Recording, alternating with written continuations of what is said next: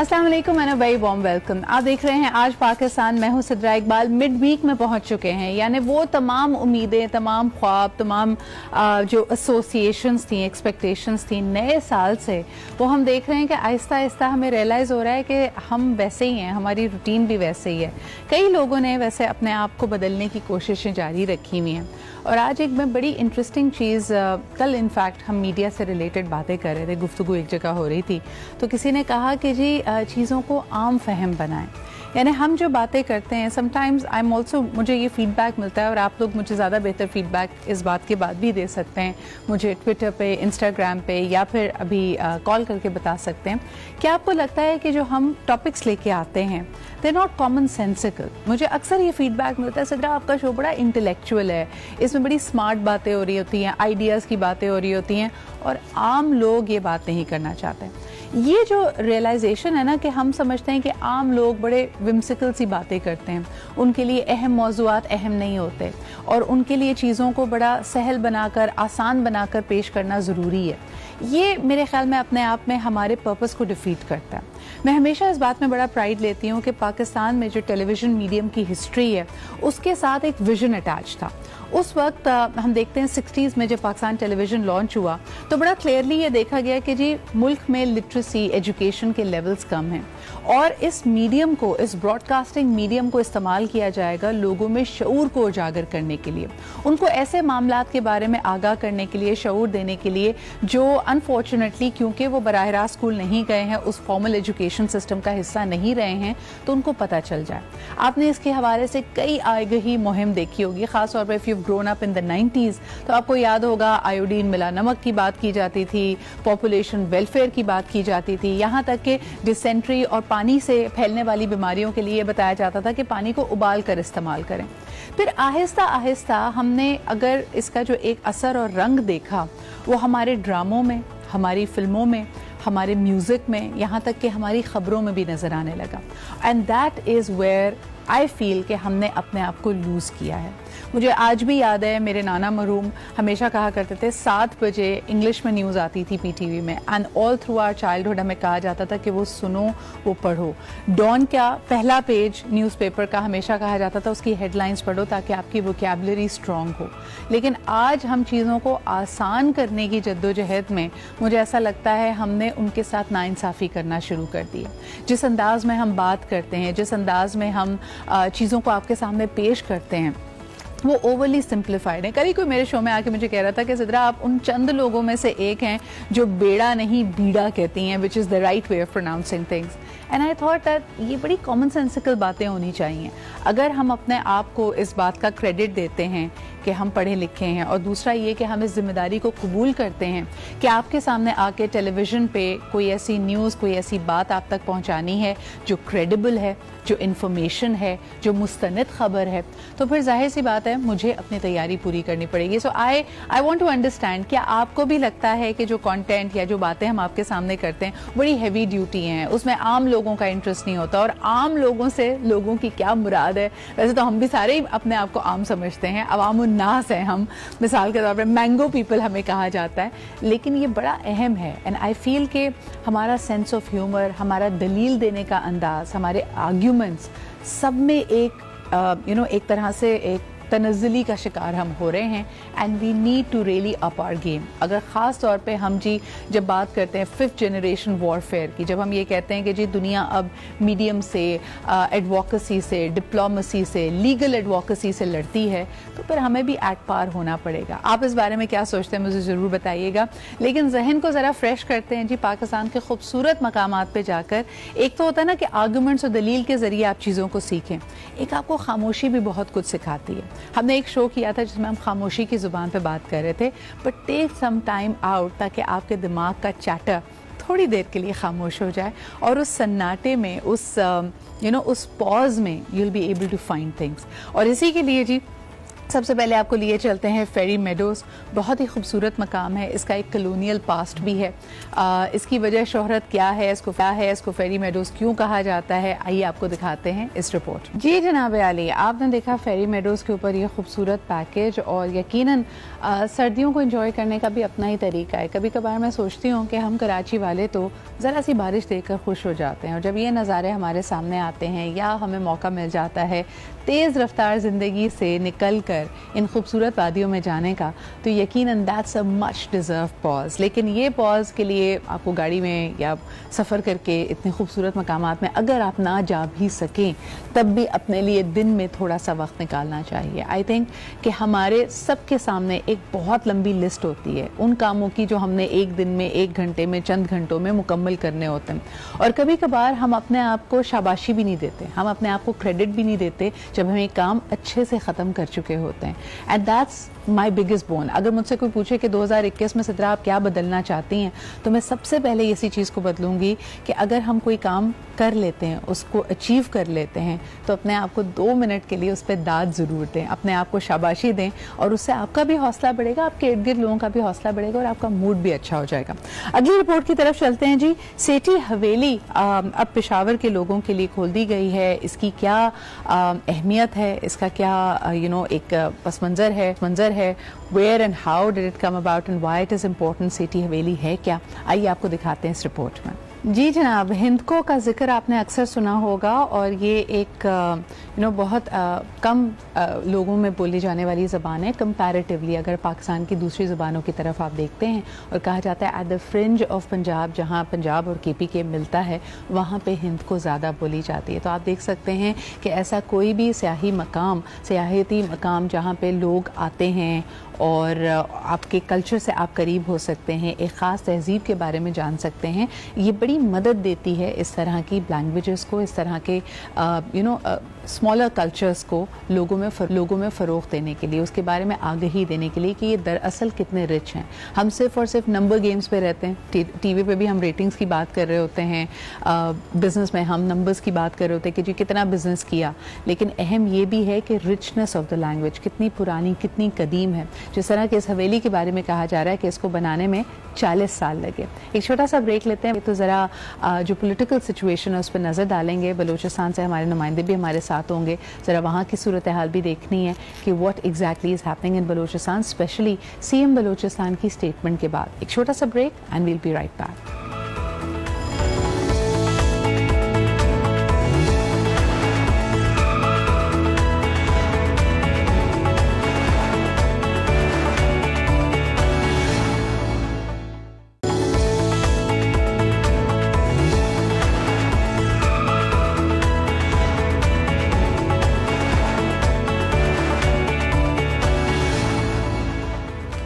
Welcome back after the break. आप देख रहे हैं आज पाकिस्तान। नफरतों का एक बाजार है जो हमेशा ही गर्म रहता है, कोई ना कोई इसका फ़ायदा उठाता है, कोई ना कोई इस जलती में तेल का डालने का काम करता है। लेकिन जब भी हमारे कायदीन से बात की जाती है, हमेशा कहा जाता है कि इसमें कोई जी बैरूनी क़ुव्वत का हाथ है, लेकिन ये दर्द हमारे अपनों का दर्द है और इसका मदावा करना भी हमारा ही काम है।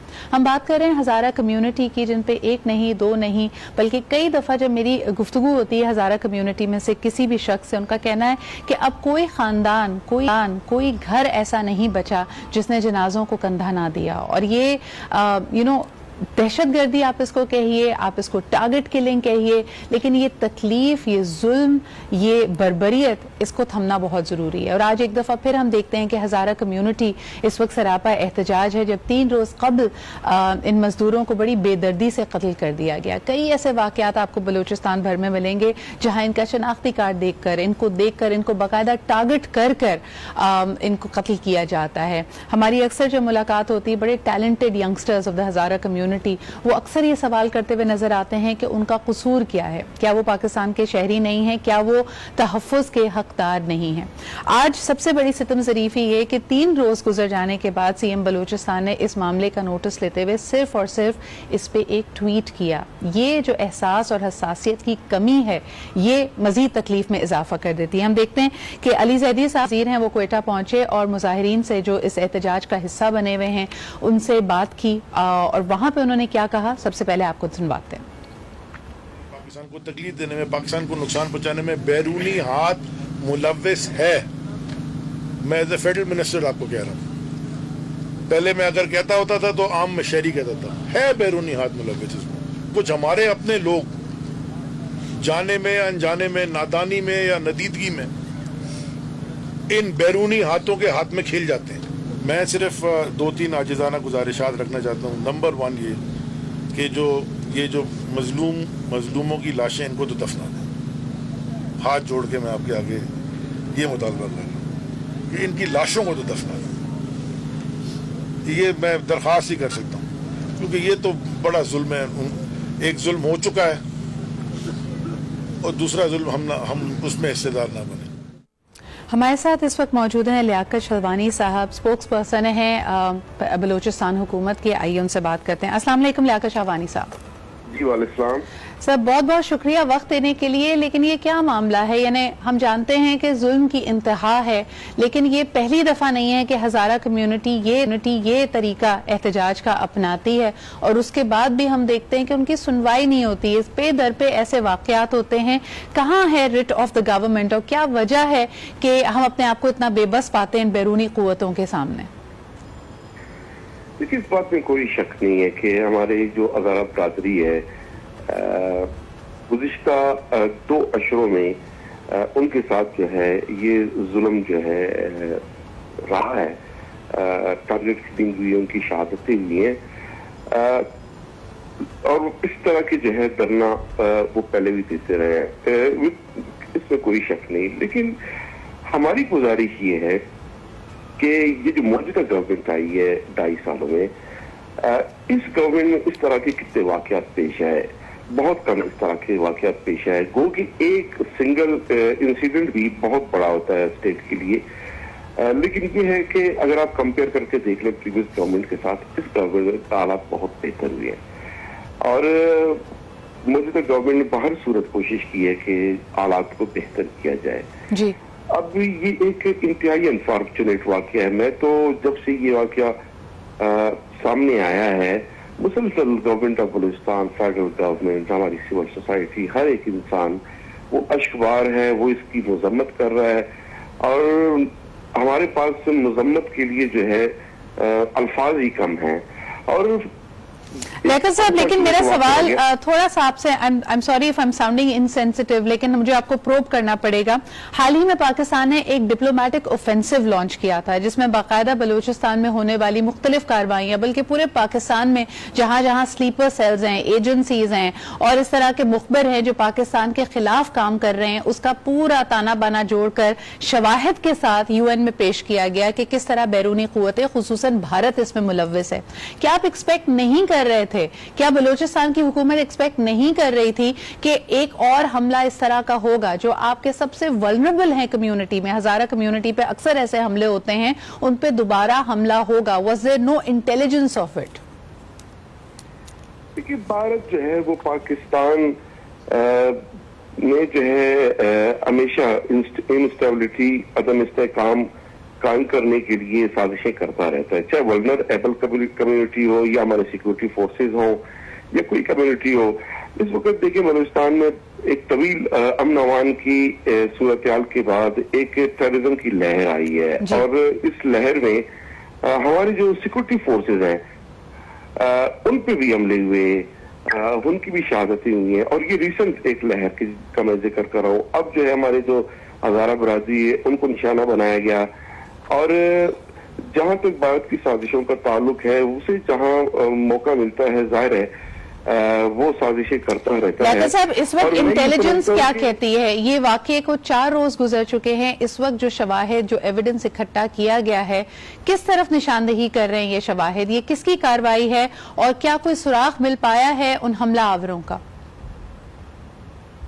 देखिए, इन्वेस्टिगेशन जारी है। उसी वक्त जब ये वाकया पेश आया उस वक्त से जो है वो मुकम्मल इन्वेस्टिगेशन जारी है, हार्ड परस्यू किया जा रहा है कि क्लू भी हमें मिले और इसमें जो भी इन्वॉल्व हैं उनको सामने लाया जाए, उनको अरेस्ट किया जाए, उनको कैफे किरदार तक पहुंचाया जाए। और जैसे आपने खुद जिक्र किया कि अगर कुली को आप जिक्र ही कर रहे हैं तो इस तरह के पास में 90% जो वाकयात होते रहे उनकी जो कदमों के निशानात हैं वो जाहिर हैं। दिस इज वेरी अनफॉर्चुनेट कि हमारा जो हमसाया मुल्क है उसकी तरफ जाते रहे हैं। तो अब भी इस पे इन्वेस्टिगेशन जारी है। इन्वेस्टिगेशन अभी जारी है। हम आपसे लेटेस्ट अपडेट्स लेते रहेंगे। लियाकत साहब, एक कॉलर भी हमारे साथ है, उनसे बात कर लेते हैं। हेलो, अस्सलाम वालेकुम। कैसी हैं? याहिया बात कर रहा हूँ। वालेकुम अस्सलाम याहिया, मैं बिल्कुल ठीक ठाक। सलाम हो। देखें फिर मैं एक बात से देखें, अफसोस तो हमें है डेफिनेटली, और मुझे तो कर्ब इसलिए है कि वो लोग जो बैठे हुए अपनी वो धरना देके वो किस कदर तकलीफ में बैठे होंगे, उनका भी हमें एहसास होना चाहिए।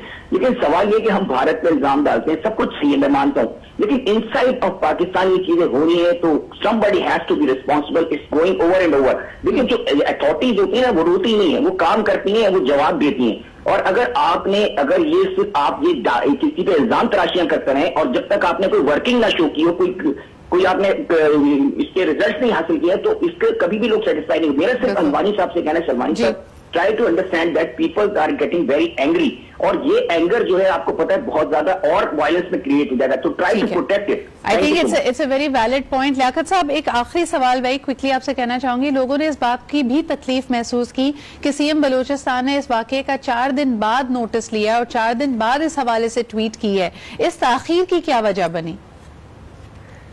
नहीं, वाकये का नोटिस जो है, जो वाकया पेश आया उस रात 7 बजे जो है हमारे नोटिस में है, अर्ली इन द मॉर्निंग, और फौरी तौर पर सीएम साहब ने जो है डायरेक्शन जारी किए कि जो इसमें मुलव्विस हैं कातिल जालिम, उनको अरेस्ट किया जाए। और चंद ही घंटों में सीएम साहब का जो है ट्वीट भी आया।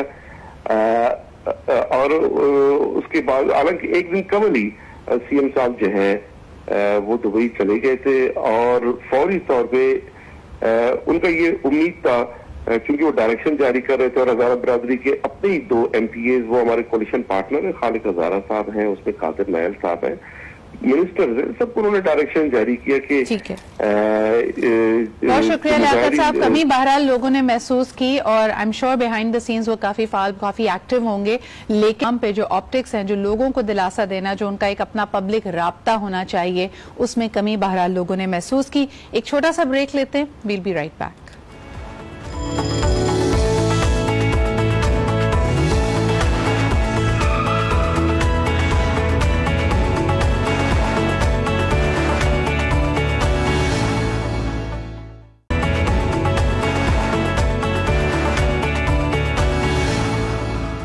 Welcome back after the break. आप देख रहे हैं आज पाकिस्तान। जब लफ्ज़ शनाख्त कहा जाता है तो फौरी तौर पे हमें अपनी सेल्फ एवेल्युएशन पे हम आ जाते हैं, सेल्फ एक्चुअलाइजेशन की बात करते हैं। हम समझते हैं हमने कहाँ जाना है, मेरी क्या आइडेंटिटी होगी, मुझे किस नाम से पुकारा जाएगा, किस हवाले से याद किया जाएगा।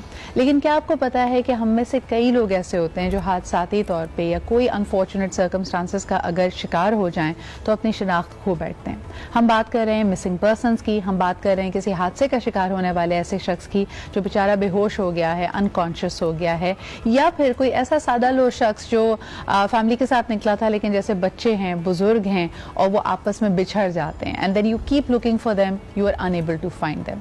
ऐसे ही लोगों का डेटाबेस बाकायदा बनाया है शनाख्त इनिशिएटिव ने, जो कि इनिशिएटिव है CPLC कराची का। आज हमारे साथ मौजूद हैं जनाब आमिर हसन साहब, जो कि प्रोजेक्ट शनाख्त के हेड हैं। इनसे मजीद भी जानेंगे और आपको बड़ी अहम मालूमात इस हवाले से देंगे कि ना सिर्फ कराची, सिंध, बल्कि पूरे पाकिस्तान में अगर कोई शख्स लापता होता है तो ईदी सर्विसेज और बाकी इस तरह की जो फलाही तंजीमें हैं उनको eventually they end up coming to Karachi. तो अगर आप ऐसे किसी अपने प्यारे को खोज रहे हैं, your lead, your clue could be शनाख्त। आप शनाख्त से रब्ता करके एटलीस्ट एक एफर्ट कर सकते हैं और अल्लाह ने चाहा तो हो सकता है आपका प्यारा आपको मिल भी जाए। बहुत बहुत शुक्रिया आमिर साहब वक्त निकालने के लिए।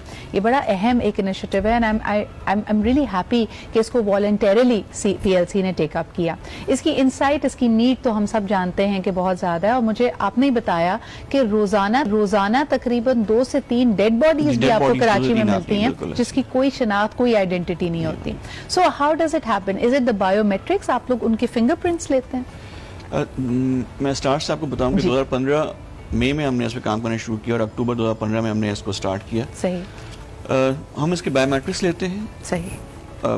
जो भी शख्स होता है, डेड बॉडी है, मिसिंग पर्सन है, जी हाँ, दोनों सूरतों में हम उसके बायोमेट्रिक लेते हैं और हम नादरा, हमें एक डायरेक्ट पोर्टल हमारे पास मौजूद है, इसमें हम उसको अपलोड कर देते हैं। सही। समटाइम 2 से 3 घंटे के अंदर और sometimes 24 hours, 48 hours, it depends कि बायोमेट्रिक की क्वालिटी, जो स्कैन है वो किस क्वालिटी का है, हमें रिजल्ट्स उससे आ जाते हैं। साथ में हम उसका एक फैमिली ट्री भी मिलता है। सही। तो क्योंकि जो आदमी खुद होता है वो तो अपना मोबाइल उसका खो चुका होगा या मोबाइल बंद हो चुका होता है उसका, जब हम उसकी फैमिली को कॉन्टेक्ट करते हैं और फिर हम उसको जहाँ के भी होते हैं वो पाकिस्तान में, हम उनको इन्फॉर्म करते हैं। ये तरीका उसका होता है। सही सही। और अगर कोई आपसे रब्ता करना चाहे, मुझे ये जानकर भी बड़ी खुशी हुई और आप सबकी इत्ला के लिए, आप सबकी इन्फॉर्मेशन के लिए, कि अगर खुदा ना खास्ता कोई लावारिस लाश मिलती है, जाहिर सी बात है उसकी तदफीन फौरी तौर पे की जाती है। कोई भी हादसा हो सकता है, गाड़ी का हादसा हो सकता है, ड्राउनिंग का यानी डूबने का मामला हो सकता है, जलने का वाक़या हो सकता है।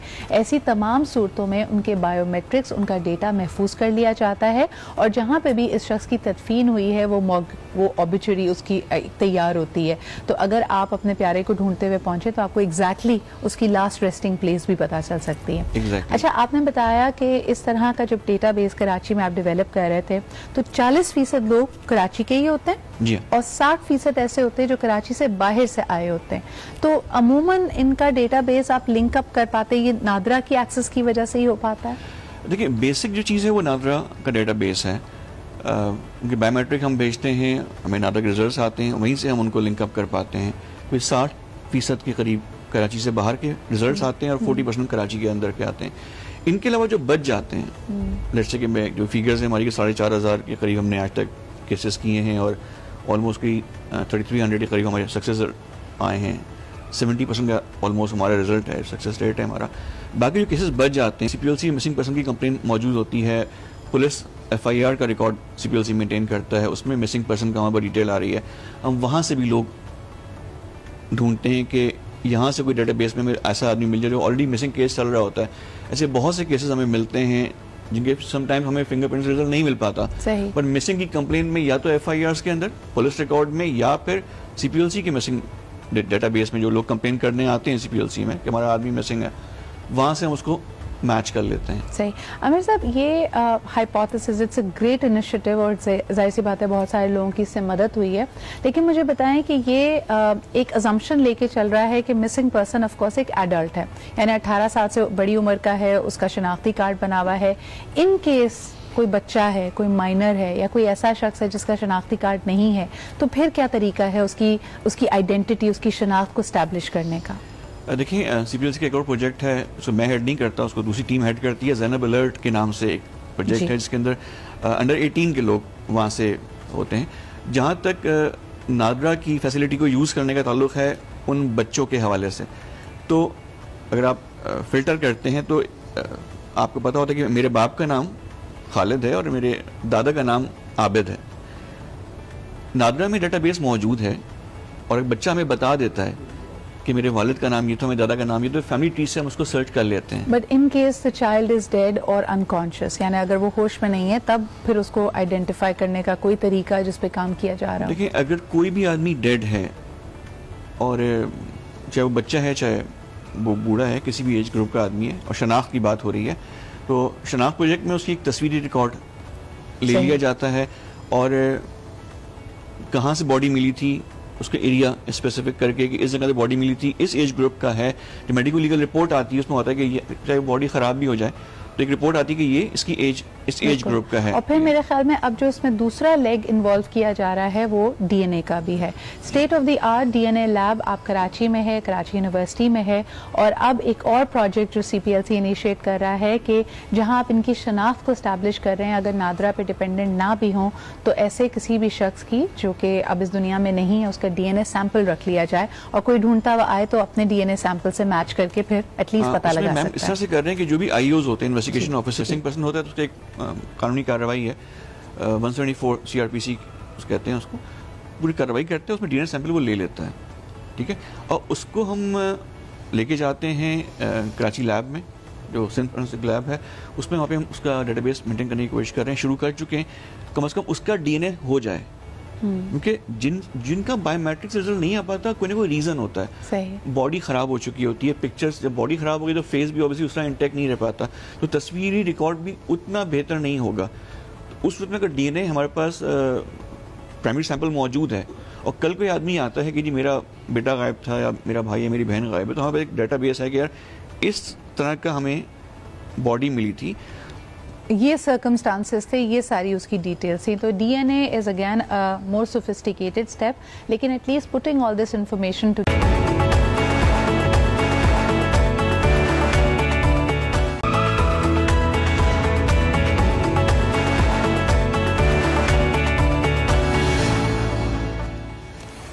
Welcome back. आप देख रहे हैं आज पाकिस्तान विद मी सिद्रा इकबाल। आज का टॉपिक बहुत ही मज़ेदार है और इसकी शुरुआत कैसे हुई हम आपको बताते हैं। कल हम बात करते करते हमने कहा कि जी पहले हम छोटे होते थे तो हमारी अलार्म क्लॉक होती थी मगरिब की अजान। अगर आप दोपहर में, शाम में स्कूल से आने के बाद, थोड़ा सुस्ताने के बाद अम्मी से कहते थे अब मौसम ठंडा हो गया है, हमें बाहर जाके खेलने दें, तो आपका कट ऑफ टाइम होता था मगरिब। और उसके बारे में बड़े वसूख से, और आपको कई हवाले इसके लिए मिल जाएंगे, कहा जाता था कि जी मगरिब के वक्त बच्चे बाहर नहीं होते, बलाएँ उतरती हैं, खुले सर खुले आसमान के नीचे नहीं होना चाहिए। और इसकी एक अपनी विजडम होती थी। ये बात हमारी दादी, नानी, हमारे पेरेंट्स हमें बताते थे। और इस तरह की बहुत सारी चीज़ें आपको बताई जाती थी। मिसाल के तौर पे असर से लेके मगरिब के बीच में वो दिन का एक ऐसा वक्त होता है जब दो वक्त मिल रहे होते हैं, तो कहा जाता था ये सोने का वक्त नहीं है। इसकी एक और लॉजिक भी हो सकती थी कि उस वक्त सो गए तो फिर रात को भी देर तक जागते रहोगे, लेकिन मना किया जाता था कि उस वक्त ना सोएं। So we wanted to explore कि ये जो बातें हमें कही जाती थी इनकी बेसिस क्या है। क्या ये उस वक्त कोई शख्स झुलाया हुआ था और बच्चे को बहुत लंबी एक्सप्लेनेशन ना दें तो कोई बात कह दी जो फिर बाद में भी किसी ने वेरीफाई नहीं की तो उसी तरह चलती रही। मिसाल के तौर पे एक और मिसाल आपको देती हूँ कि मेरी नानी वॉज वेरी फॉन्ड ऑफ कहानियाँ सुनाने की। हम उनसे कहानियाँ सुनते रहते थे शाम रात सोने से पहले, लेकिन दोपहर में अगर कभी हम उनको तंग करें और कहेंगे जी नानी कोई कहानी सुना दें, तो आगे से कहती थी कि नहीं, इस वक्त कहानी अगर सुनाई तो मुसाफिर रास्ता भूल जाएंगे। और हम डर जाते थे। हमने कहा अच्छा बेचारा कोई घर जा रहा होगा हमारी वजह से, दे माइट गेट लॉस्ट। सो इन सारी बातों की बेसिस क्या है? क्या ये कुछ लोग समझते हैं कि ये तोहमात हैं, यानी ये तोहम परस्ती है, या हमें लगता है कि शायद इसकी कोई विजडम है जो आहिस्ता आहिस्ता आज के ज़माने में रेलिवेंट नहीं रही है। That's why we are foregoing it. इस पे आपका क्या ख्याल है? और अगर आपने भी कोई ऐसी इंटरेस्टिंग बात सुनी हो अपने बड़े बुजुर्गों से तो हमें कॉल करके हमसे शेयर जरूर करें। आज हमारे साथ जबरदस्त पैनल मौजूद है, उनसे जानते हैं कि उनकी इस बारे में क्या राय है। First and foremost mind sciences mental health specialist and of course has a lot of wisdom as a motivational speaker as well हमारे साथ मौजूद है Mohammed Imran. Thank you so much Imran भाई, happy new year to you. बहुत शुक्रिया आने का। और हमारे साथ मौजूद हैं इसमें तिब्बे नबवी and again the wisdom of the ages को लेकर आगा अब्बास साहब। अस्सलाम वालेकुम। वालेकुम happy new year to you. नए सर में आप मुस्कुरा नहीं रहे आगा साहब, क्या बात? नहीं, मैं आपने इतना अच्छा मौजू रखा है, मैं बिल्कुल मुस्कुरा रहा हूँ। हसास मौजू रखा है, हसास मौजू रखा है, बिकॉज कई लोग इसको इंटरप्रेट बड़े मुख्तलिफ अंदाज में कर सकते हैं। इमरान भाई आप क्या कहेंगे? आपकी नज़र में इस तरह की कोई बात जो जनरेशनली हम सुन रहे हैं उसको साइंटिफिकली वैलिड होना चाहिए, या भाई बुजुर्गों ने कहा है तो कोई विजडम होगी आप ये समझ कर अपना लेते हैं?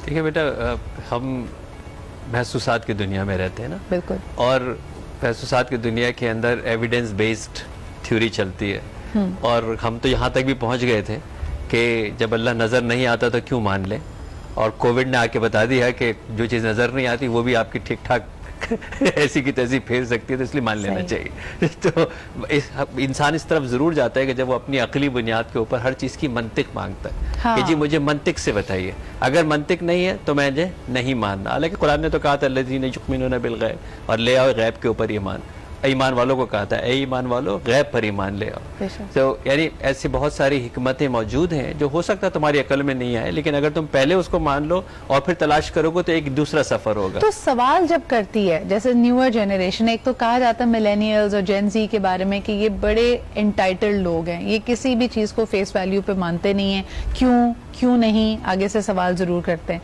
तो ऐसे अगर कोई बात बताई जा रही हो, नानी ने, दादी ने, अम्मी ने बताई, तो ऐसा सवाल आया आगे से, तो उनको हैंडल कैसे करना चाहिए? देखिए पहली बात तो ये कि सवाल पूछना उसका हक है।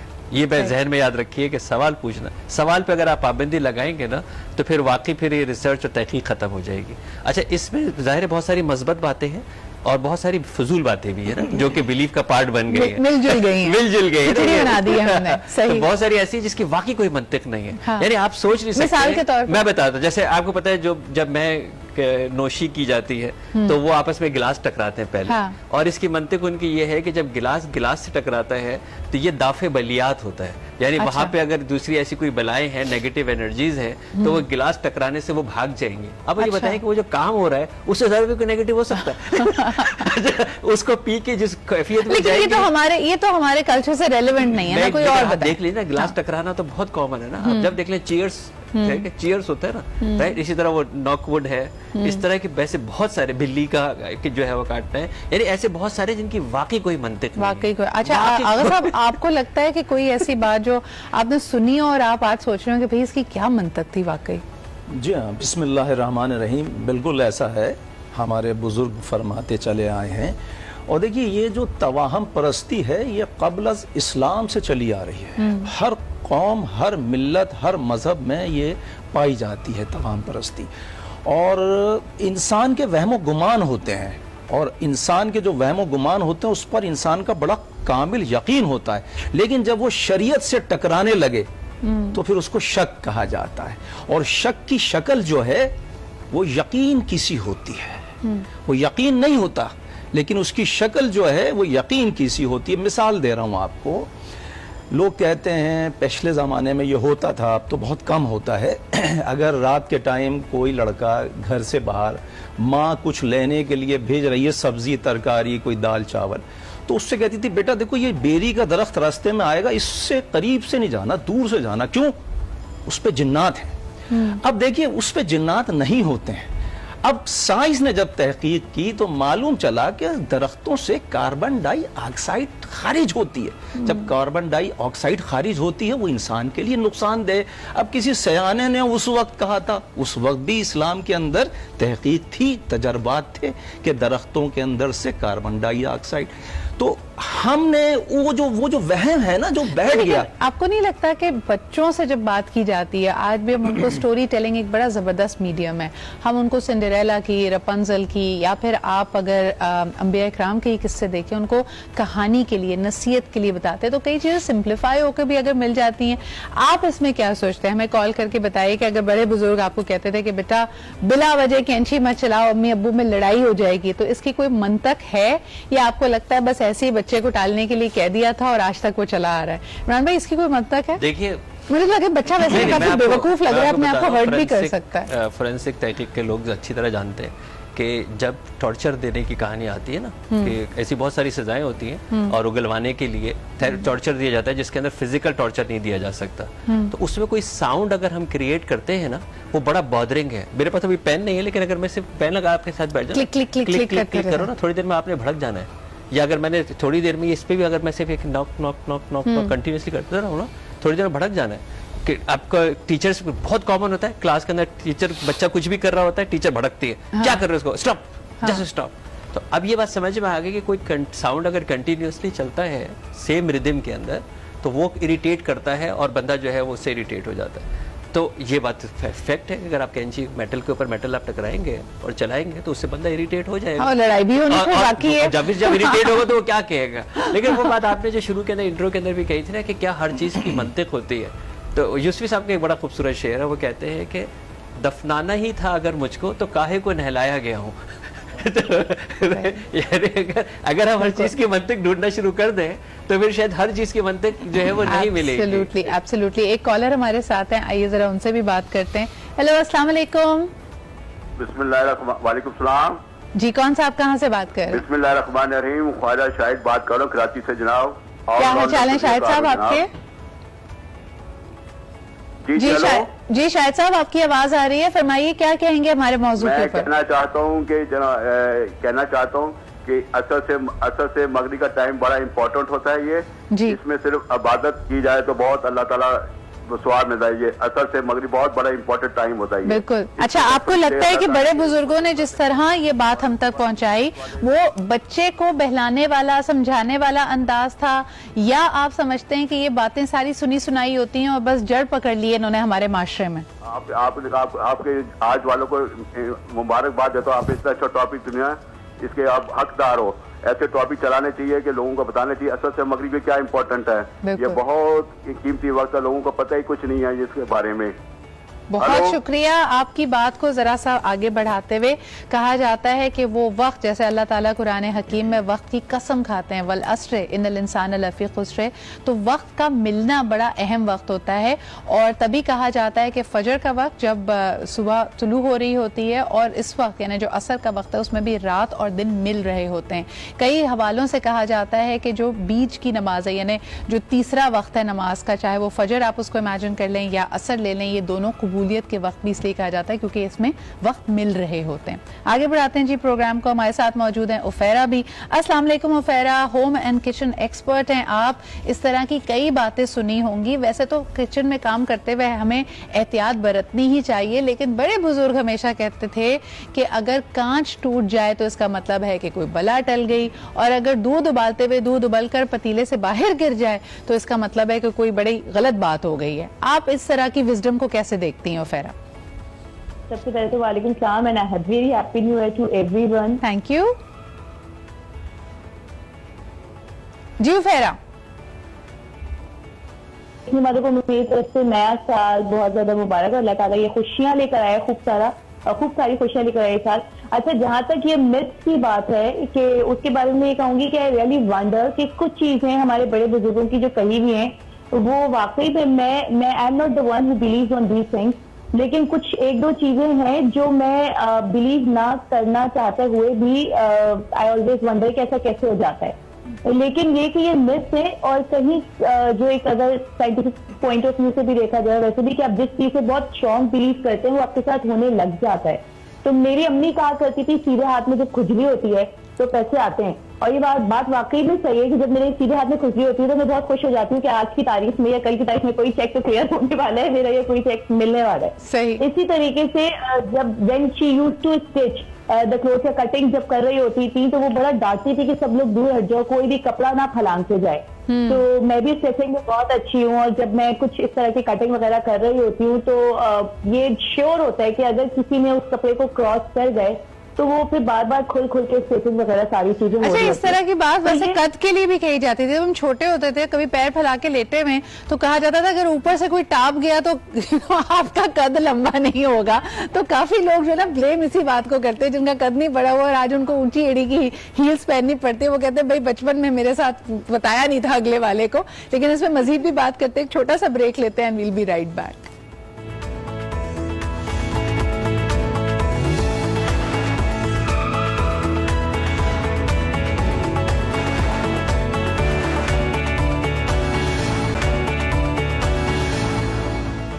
Welcome back. हम जी बात कर रहे हैं विजडम की, जो एज ओल्ड विजडम है। हम सुनते आए हैं अपने बुजुर्गों से ये बातें, लेकिन आज हम उनको मानने के लिए लॉजिक, साइंस, मंतक तलाश करने की कोशिश करते हैं। कुछ चीज़ों की वाकई आपको बड़े मुस्तनद हवाले भी मिल जाएंगे। अभी हम ब्रेक में यही बात करते हैं, आगा साहब हमें बता रहे थे मिसाल के तौर पर कुछ आवाज़ें हैं, जानवरों के रोने की अगर आवाज़ आए तो कई हवालों से, अहदीस से हमें पता ये चलता है कि उस वक्त इस्तग़फ़ार करने का वक्त है, अल्लाह को याद करने का वक्त है। क्या कहेंगे आगा साहब, ये लोग इसको भी उसी तरह ले जाते हैं कि नहीं जी ये सुनी सुनाई बातें, ये वो चीज़ें जो हमें करनी चाहिए? बिस्मिल्लाहिर्रहमानिर्रहीम। जी बिल्कुल, इस पे हम लोगों की अभी बात हो रही थी, बड़ी अच्छी बात हो रही थी। देखिए, मुस्तनद रिवायातों में मिलता है अगर कुत्ते के रोने की आवाज़ें आपको आ रही हैं, मोहल्लों में कुत्ते रोते हैं, अगर मोहल्ले में कोई धोबी अपना गधा लेके आ गया तो गधा चीख रहा होता है, तो मुस्तनद रिवायतों में मिलता है अगर गधा चीखे या कुत्ते रोएं तो आप तौबा अस्तग़फ़िरुल्लाह के साथ आप पढ़िए ला हौल वला कुव्वता इल्ला बिल्लाहिल अलीयुल अज़ीम, या ला हौल वला कुव्वता इल्ला बिल्लाहि मिनश शैतानिर रजीम, क्योंकि वो उसको शैतान नज़र आता है। जब वो शैतान को देखता है तो वो डर के मारे चीखे मारना शुरू कर देता है। तो ये चीज़ें जो हैं ये तवाहम परस्ती नहीं है, इसका ताल्लुक़ है रिवायात से, इसका ताल्लुक़ है अहादीस से, और हमें फॉलो करना चाहिए इन सब बातों को। कुजा ये कि हम बच्चों के जहनों में बचपन से बिठा देते हैं कि बेटा ये जो बिल्ली रास्ता काटेगी ये तुम्हारे लिए अच्छा नहीं है। आप यकीन कीजिए, एक हफ्ते पहले मैंने देखा कि मैं एक जगह से गुजर रहा था, वहाँ एक बिल्ली का छोटा सा बच्चा था। उस शख्स ने जो कार ड्राइव कर रहा था उसने कहा ये मुझे क्रॉस ना करे, उसने मार दिया उसको बड़ी संगदिली के साथ। और अभी मैं एक जगह से आ रहा था तो आप यकीन करें मैंने एक इतना बड़ा कुत्ता मरा हुआ देखा। मतलब मैं इस टॉपिक पे बात करने आ रहा हूँ, मेरे सामने से ये 2-3 चीजें गुजरी, मैं बड़ा हैरान हो गया। देखिए इंसान की सरकशी कितनी है, इंसान इतना सरकश है कि ये मासूम जो बेजुबान जानवर हैं, आप इसको सिर्फ अपनी तवाहम परस्ती, आप कैदी हैं, उस वहम के कैदी हैं पूरी जिंदगी। देखिए अगर मेरे बचपन में मेरे बुजुर्गों ने मुझे बता दिया। डिस्टिंग्विश करने तो आगा साहब बैठे हैं कि कई चीजें वाकई हमारे कल्चर का हिस्सा है, जो कि विजडम है, जिसको हम वाकई कहते हैं कि इसमें बड़ी तदबीर है, इसमें बड़ा खजाना छुपा हुआ है इल्म का, और इसको हमें करना चाहिए। मिसाल के तौर पर अभी आपने एक हवाला दिया, लेकिन दूसरी तरफ जैसे अभी इमरान भाई भी कह रहे थे, काफी चीजें हमने गड़बड़ा दी हैं, आपस में मिला दी हैं, और उसमें हम एक दूसरे को ब्लेम करते रहते हैं। अब जैसे कांच, अभी आपने एक चीज का हवाला दिया इमरान भाई, कांच का टूटना, लोग कहते हैं कि जी बला टल गई। ऑन दी अदर हैंड अगर आईना टूट जाए तो इसका मतलब है कि कुछ बहुत बुरा होने वाला है, उसका अंदेशा हमें सताने लगता है। इन चीजों को, इस खास तौर पे इस बात को आप कैसे देखते हैं? देखिए 50 साल पहले कांच बड़ी कीमती चीज थी। 50 साल पहले तक, अगर आपको याद हो बेटा, आप तो सब पैदा हुए थे, हम थे मौजूद, तो पहले जब आप ये बोतल खरीदते थे ना सॉफ्ट ड्रिंक की, तो बोतल खाली वापस करनी पड़ती थी, डिस्पोजेबल बोतल नहीं होती थी। हाँ जी। गिलास, अगर आपको बोतल सबसे ज्यादा कीमती होती थी, बल्कि दुकानदार कहते थे एम्प्टी लाओगे तो फिर आपको जो है वो मिलेगी, बल्कि डिपॉजिट देके जो है वो लाया जाता था, क्योंकि ये कांच बहुत कीमती था, और ये जाहिर जमीन के जो है वो एक्सट्रैक्ट से निकाला जाता है, फिर रेत छानी जाती है, फिर पॉलिश किया जाता है, फिर कांच बनता था। तो उस जमाने में जब कांच इतनी मुश्किल से बनता हो और आप उसको बड़ी आसानी से बेदर्दी से तोड़ देंगे तो कुछ डराया जाता है उसकी हिफाजत करने के लिए। तो वो इसी तरह एक और भी चीज है, आपको पता है कॉइन्स सारी दुनिया के अंदर होली वाटर है, जहाँ पे आप जो है वो फाउंटेन्स हैं जहाँ पे आप एक सिक्का डालें और दुआ मांगें। तांबे का सिक्का, ये भी ख्याल कीजिएगा, सिक्का तांबे का होना चाहिए, और वो जो है वो फेंका जाता था, और उसके बाद जो है वो जो है वो बड़ा होली वाटर हो जाता था, वो पानी बड़ा होली हो जाता था, और आपकी सारी बलियात को जो है वो निकाल देता था। साइंस आज भी जानती है कि कॉपर का जो है उसके इफेक्ट्स होते हैं, कॉपर के प्यालों के अंदर पानी रखा जाता है, उसके एक हीलिंग इफेक्ट्स होते हैं, उसकी फिजिकल प्रॉपर्टीज की बात कर रहा हूँ, उसकी एक फिजिकल प्रॉपर्टीज है। तो इसी तरह वो दबा के फेंकवाए जाते थे उसके अंदर, ताकि वो वाटर जो है वो सबके लिए इज्तिमाई तौर पर होली हो जाए। यानी उसके काली बिल्ली का बड़ा जैसे बड़ा मशहूर है कि जी काली बिल्ली अगर रास्ता जो है वो काट देती। अच्छा देखिए कल्चर टू कल्चर कितना डिफर करता है। जापान के अंदर जो है वो बच्चियां काली बिल्ली इसलिए पालती है कि उनका रिश्ता अच्छा आएगा, अभी काली बिल्ली उनके लिए इतनी बेहतर हो गई है, और हमारे यहाँ बेचारी मनूस होती है। और इसी तरह मुझे याद आ रहा है इमरान भाई, जिस तरह बेचारा उल्लू, हमारे यहाँ तो उसको बुरा समझा जाता है कि बड़ा बेवकूफ है। मैंने बचपन में एक फेबल पढ़ी थी, तो उसमें कहा गया था कि दो लोग एक जगह से गुजर रहे थे, एक जंगल से गुजर रहे थे, तो वहां पे उल्लू रात के वक्त जाग रहा था, और जाहिर सी बात है वो आंखें भाड़ भाड़ के इधर उधर देख रहा था। तो एक शख्स वहां से गुजरा तो उसने कहा यार ये क्यों जाग रहा है, तो फिर उसने खुद ही उसको रियलाइज किया कि इसका मतलब है जब सारे परिंदे सो जाते हैं ये जागता है और उस वक्त अपनी खुराक को तलाश करता है, तो यानी ये तो बड़ा वाइज हुआ, ये तो बड़ा चालाक हुआ, ये बड़ा अक्लमंद है। ऑन दी अदर हैंड जो दूसरा शख्स वहां से गुजरा था उसने कहा ये कितना बेवकूफ है, अंधेरे में अपनी खुराक ढूंढ रहा है। तो इस वजह से कुछ इलाकों में समझा जाता है कि उल्लू वाकई बड़ा बेवकूफ है, और हम किसी को अगर ये कहना चाहें कि तुम बड़े बेवकूफ हो तो हम उसको उल्लू की मिसाल दे रहे होते हैं, जबकि अगर आप पूरे वेस्ट में देखते हैं तो उसको बड़ा वाइज और बड़ा अक्लमंद माना जाता है, उसको निशानी समझा जाता है अकल की। तो एक हमारे साथ कॉलर मौजूद हैं, उनसे बात करते हैं। हेलो अस्सलाम वालेकुम। वालेकुम सलाम जी, कौन सा आप कहाँ से बात कर रहे हैं? शौकत इकबाल बात कर रहा हूँ कराची से। जी शौकत साहब क्या कहेंगे?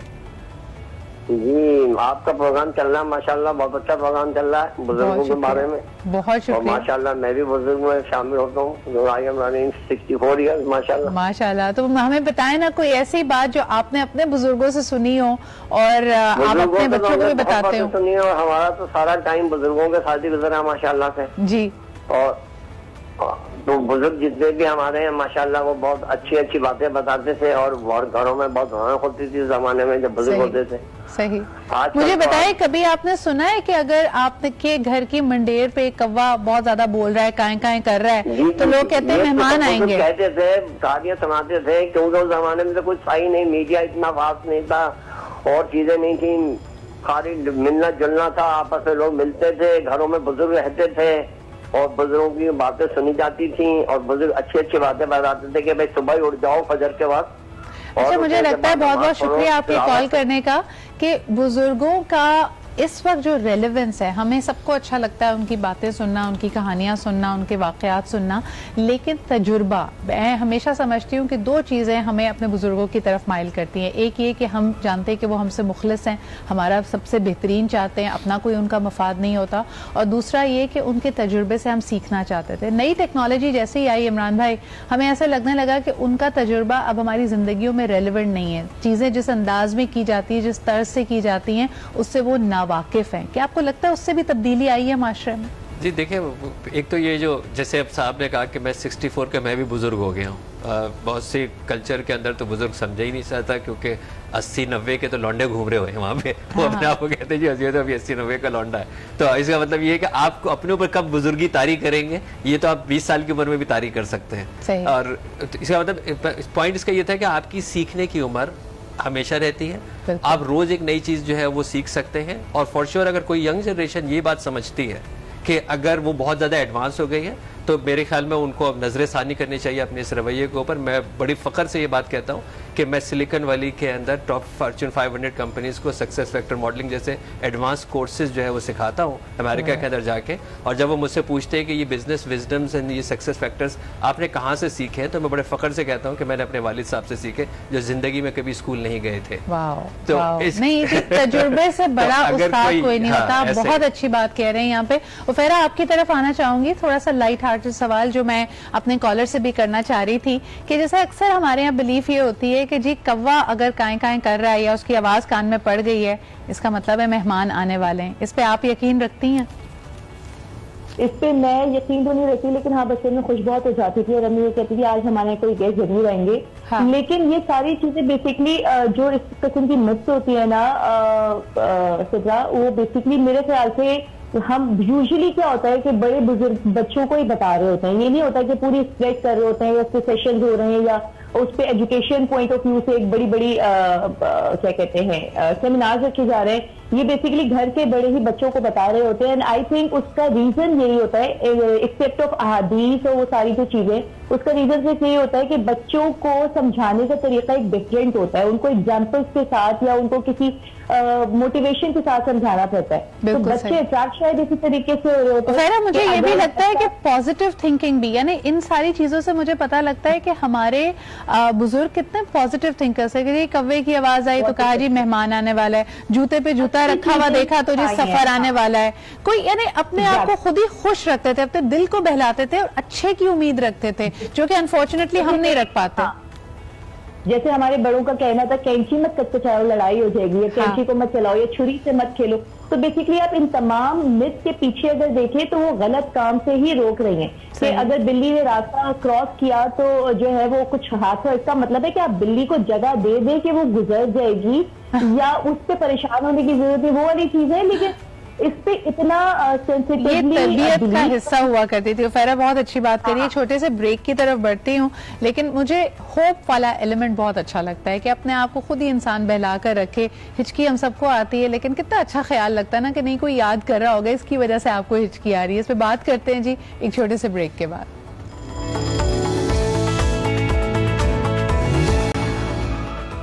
Welcome back. जी जनाब, शौक का कोई मोल नहीं है और कई दफ़ा लोग इतने ज़्यादा अपने गुमान में और इन बातों पे इतना अकीदा रखते हैं कि चाहे उनको कोई कुछ भी कहे, कहीं उनका मजाक ही क्यों ना उड़ाए, वो यकीनन उसको फॉलो करते हैं। अच्छा, इसमें कई चीज़ें शामिल होती हैं। अभी हम जिक्र कर रहे थे यहाँ पे हिचकी अगर आ रही है आपको तो समझा जाता था कि कोई आपको याद कर रहा है। इसी तरह कुछ लोग कहते थे कि सर्टन कलर्स को वो अपने लिए या तो बहुत लकी या अनलकी मानते थे कि जी काला जूता नहीं पहनना, काले को यानी इस तरह लेके चलना इस कलर को।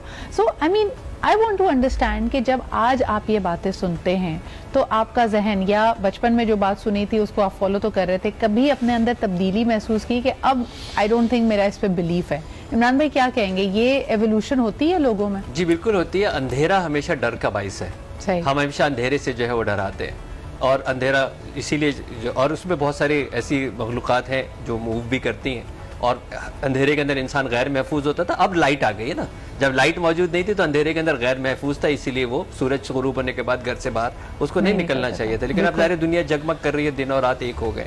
तो जब अंधेरा आता है ना तो उससे डरता है इंसान। और कुछ ऐसे लोग हैं जब ये इस डर से फायदा उठाते हैं, उन्होंने काला को, सिया को डर का निशान बना दिया। यानी जादू भी अगर काला हो जाएगा तो बहुत बड़ा हो जाएगा। तो फिर नजर का टीका काला क्यों होता है? नजर का यानी काले को काले टकराएगा ना। अच्छा काले को काले से जो है वो टकराएगा ना, उसका दफ भी उसी से मारेंगे ना आप जिस चीज के ऊपर हो रहा है। हाँ। तो अब लेकिन अगर किसी जगह आप देखें ना, ये काला जो है किसी ऐसे खौफ की निशानी बन गई, कई ऐसी जगह आप जैसे आपने समझा कि काला रंग शायद उनके लिए सही नहीं है। जब ब्लैक लाइव्स मैटर की डिबेट आज के जमाने में बड़ी रेलेवेंट हुई है तो लोगों ने ये भी कहा है कि व्हाई हैव वी मेड, ये रेसिज्म की बुनियाद समझी जाती है। और बड़े पुराने आप एड्स निकाल कर देखें तो उसके अंदर हर साबुन यही बेच रहा होता था कि पर्ली वाइट और खूबसूरती की निशानी और गोरापन। गोरे को आपने अच्छा और काले को आपने बुरे से तशबीह दे दिया, ईवल से तशबीह दे दिया, जो कि अपने आप में एक बड़ी नस्ल परस्ती वाली बात है। एक कॉलर हमारे साथ है, आइए उनसे बात करते हैं। हेलो अस्सलाम वालेकुम। हेलो अस्सलाम वालेकुम जी, कौन सा आप कहाँ से बात कर रहे हैं? ये सिद्रा इकबाल सिस्टर आशिक इंजीनियर आशिक पराचा बात कर रहा हूँ, कोरम से, डिस्ट्रिक्ट कोरम से। जी सर, क्या कहेंगे? बड़ी अच्छी मौजूद है कि आप लोगों ने ये बुजुर्गों की बात है। मैं दो बातें शेयर करना चाहूंगा और ये खास स्पेशली इमरान भाई से पूछना चाहूंगा जी। मतलब वो नाखून कभी मैं पूछूंगा कि मतलब हम नाखून काट के फेंक देते हैं, कुछ लोग बुरा मानते हैं कि भाई इधर ना फेंको उधर ना फेंको। कुछ बुढ़िया होती है ना, जी जी, बुढ़िया होती हैं, वो कहती हैं कि भाई बाल कंघी में जो बाल रह जाते हैं उस दीवार में रखो, नीचे ना रखो। इसके बारे में अगर कोई मुस्तनद इल्म हो इमरान भाई से खास कर। अच्छा, ये बड़ी अहम बात है। इस पे हमने आज की बल्कि मौजू जो गुफ्तगू का था वो इसी से शुरू किया था कि आपके बाल और नाखून, एक तो गंदगी यकीनन आपको फील होती है अगर आप नाखून काट के इधर उधर फेंक रहे हैं या आपके सर में या आपकी कंघी में से बाल पड़े हुए हैं, उसको आपने ऐसे ही डिस्पोज ऑफ किया तो वो अनहाइजीनिक है। लेकिन इसके अलावा इसके क्या असरात हो सकते हैं इमरान भाई, आप क्या कहेंगे? देखिए, सूरह फलक सूरह नास बहुत वाज़ेह तौर पर हमें बताती है कि हमें शर से बचना चाहिए। और शर कौन करते हैं? जिन्नो इंस करते हैं। इंसान भी होते हैं और जिन्नात भी होते हैं जो इब्लीसी खुसूसियत रखते हैं।